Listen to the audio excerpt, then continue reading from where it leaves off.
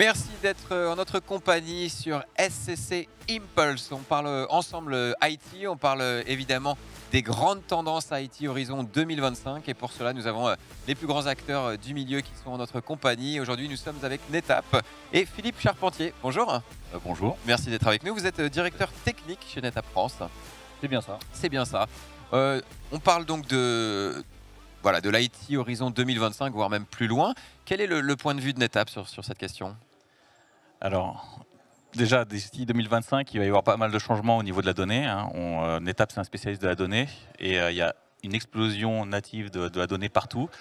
Et ce qu'on voit, c'est énormément de complexité sur le traitement de cette donnée, sur le fait de la rendre propre et autour de sa consommation de manière générale et de sa sécurisation. D'accord.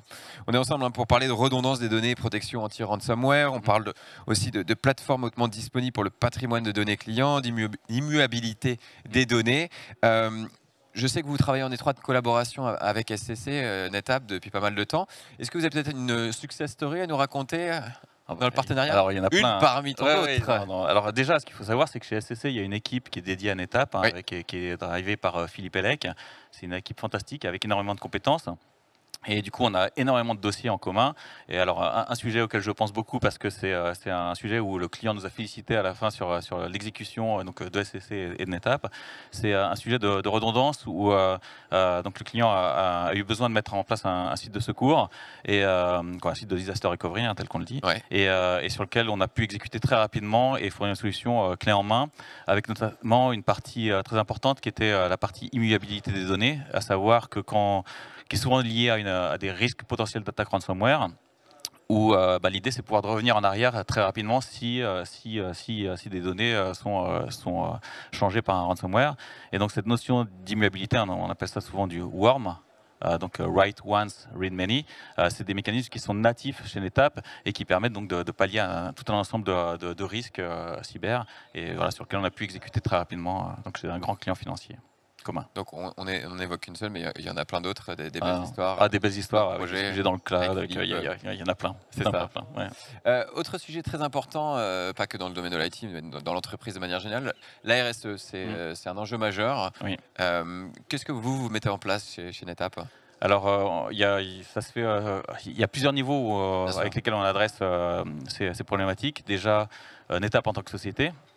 On a beaucoup d'initiatives sur le fait d'utiliser de l'énergie propre, d'utiliser par exemple, on optimise énormément nos propres data centers. Alors, on a des mécanismes, des notions de PUE qui permettent de mesurer un petit peu la consommation électrique des data centers, sur lesquels on est extrêmement focalisé. On a donc des PUE de l'ordre de 1,15, 1,12, là où la plupart des utilisateurs de data center vont être aux alentours de 2. Okay. Donc ça veut dire qu'ils doublent la consommation électrique par rapport à leurs équipements, alors que nous, on va être à 1,12. Ensuite, il y a au niveau du packaging, c'est-à-dire que on est fournisseur de matériel également, et dans le cadre de ce matériel, on va optimiser les packages qu'on va produire et fournir pour les limiter au maximum, avec notamment des efforts au niveau de la supply chain. Et enfin, le troisième point qui est le plus important, c'est qu'on apporte pas mal de solutions pour nos clients, pour qu'ils réduisent leur empreinte carbone. Et je disais tout à l'heure... Pas que NetApp, du coup. Non, mais justement, sur les clients. On a toute une offre autour de ça. C'est-à-dire que ce qu'il faut voir, c'est que, je disais en intro, on fait face à une explosion des données. Ouais. Et ces données, il y a un chiffre que j'aime bien mettre en avant, c'est 68%. 68%, c'est le nombre des données qui sont créées, mais qui ne sont jamais réutilisées. D'accord. Et ces 68% de données, elles consomment énormément d'espace de stockage, elles sont dupliquées, répliquées, backupées, et finalement elles consomment énormément de ressources. Et donc, quand on est dans une mesure où on cherche à réduire son empreinte carbone, nous on fournit tout un ensemble d'outils qui vont justement analyser ces données, détecter celles qui ne sont pas utilisées et potentiellement les déstager, voire les éliminer. Il y a même les sirènes qui sont d'accord avec vous et qui disent faites attention à ne pas trop consommer pour rien. Très bien, merci à vous, Philippe, d'avoir été avec nous. Merci à NetApp et encore longue vie au partenariat avec SCC. Avec grand plaisir, oui, bien sûr. Quant à nous, on se retrouve encore très vite, très bientôt pour un nouvel épisode de SCC Impulse.